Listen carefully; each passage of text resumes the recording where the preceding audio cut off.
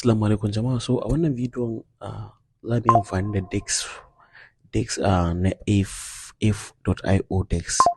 Za mu duba wayannan positions ɗin buy, increase, sold all me suke nufi ne.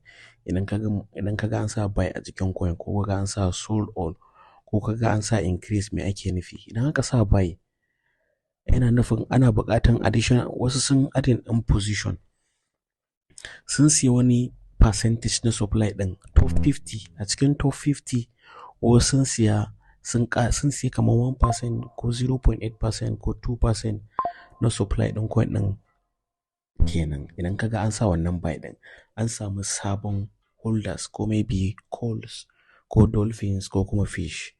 Idan kuma kaga sold all yana nufin cewa mutanen da suka fara siyan coin ɗin dukka sun sake coin ɗin da ke hannunsu.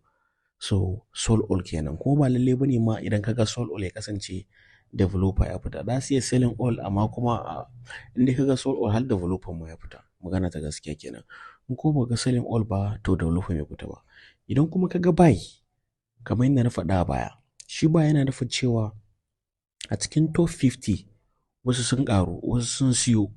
Kun gani kamar yanzu nan 42 out of 50 suna rike da position ɗinsu amma wasu sun ƙara shigowa.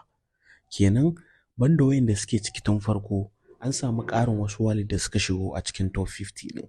So wannan top 50 ɗin nan yawanci ana assessing ɗinsu daga 0.1% na total supply zuwa 1% ko 2% ko 3% ko 4% ko 5% na total supply.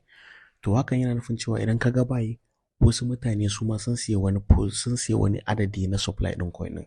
Shi yasa za ku gan shi da wannan koren dot ɗin nan. Duk koren dot ɗin nan ƙarin holders ne. So wannan yana tabbatar da cewa wannan coin ɗin duk da cewa developer ya gudu amma coin ɗin za ta yi motsi. So mutane su rike coin. Kun ga a zahiri developer ya yi rug pulling ya tafi ya bar coin ɗin.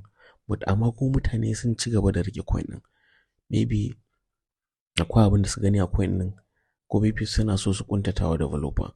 So idan kuma kaga increase yana nufin cewa su waɗanda suke rike da coin ɗin tun farko wasu daga cikinsu suna yin DCA, suna ƙara position ɗinsu. Idan da mutum ya siya 1% ne za ka ga mutum ya siya 2% ko 1.5%. Wannan coin ɗin kun ga developer ma bai siyar da 100% ba, yana rike da 25%. Na gode in ka fusa toshe. So shi amfanin wannan holding ɗin duba wayannan abubuwan shine zai baka damar sanin wani lokaci ya kamata ka shiga, wani lokaci ya kamata ka fita. Kuma a'a ya kamata ka ci gaba da rikewa ko kuma kar ka ci gaba da rikewa. So wannan abin akwai magana da zan yi sosai akan shi saboda yana da muhimmanci sosai. Akwai wani strategy da nake amfani da shi da wayannan abubuwan da na yi magana yanzu akai. Shi yasa ku ga na yi magana akan su. Mai tambaya comment section.